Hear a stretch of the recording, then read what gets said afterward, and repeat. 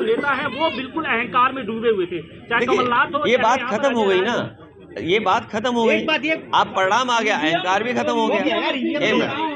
अब हमारे पत्रकार साथी परिणाम नहीं अहंकार खत्म किया है। मुझे उम्मीद है कि आने वाले समय में फिर रास्ता निकलेगा, क्योंकि देश के लिए लोकतंत्र बचाना, संविधान बचाना ये महत्वपूर्ण है। और उससे भी महत्वपूर्ण ये है कि समाजवादियों का उत्तर प्रदेश में संघर्ष बड़ा है, समाजवादियों को फैसले बड़े लेने हैं। इसलिए जहां से बात शुरू हुई थी कि जो जहां दल मजबूत है उसको सहयोग दूसरे दल करें। पहली प्रतिक्रिया आपकी क्या है? आपकी पहली प्रतिक्रिया? क्योंकि मैं जानता हूं, मैं जो कुछ भी कहूंगा उसके बाद का सवाल भी मैं जानता हूं आपसे। मैं कुछ भी कहूंगा उसके बाद एक सवाल और आपका आएगा। अभी कुछ दिन पहले वर्ल्ड कप इंडिया हार गया था। आप दूसरा ही सवाल ये पूछते हैं कि इंडिया का क्या होगा।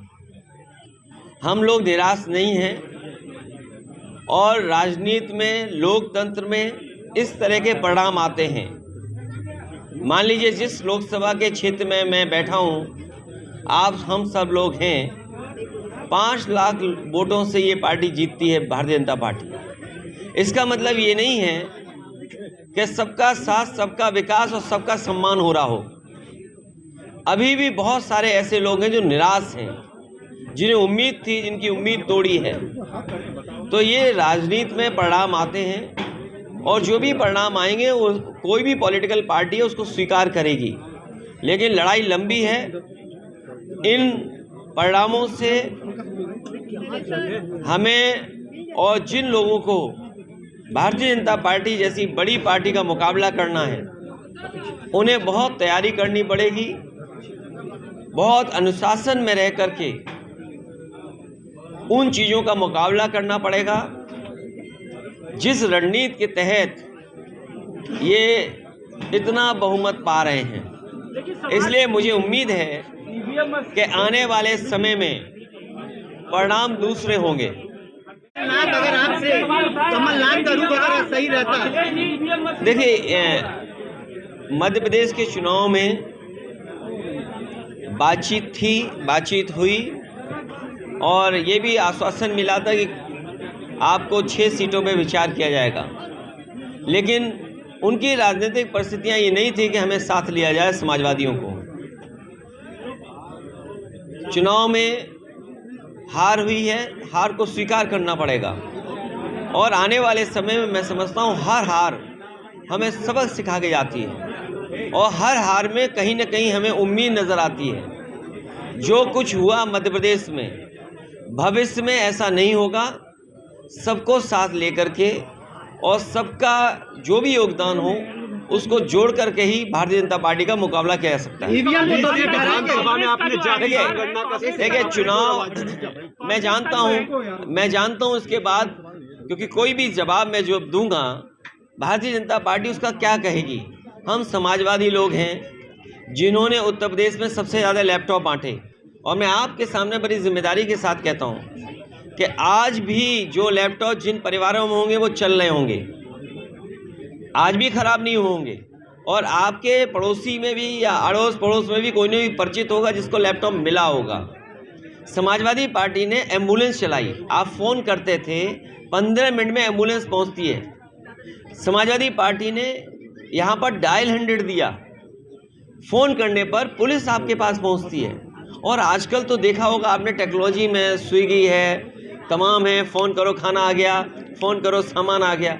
ये बात नहीं है कि हम टेक्नोलॉजी को नहीं समझते हैं, टेक्नोलॉजी को हम समझते हैं। लेकिन लोकतंत्र मजबूत तभी होगा जिस तरीके से अमेरिका में, जापान में, अमेरिका हमसे अर्थव्यवस्था में और ताकतवर बहुत है देश हमसे, जापान हमसे बहुत आगे है। अगर वो देश इस तरह की व्यवस्था पर विश्वास नहीं रखते हैं तो इतने बड़े लोकतंत्र में वोट आपने डाला, आप 1 हफ्ते इंतज़ार कर रहे हैं परिणाम के लिए और आप 2 घंटे में परिणाम चाहते हो।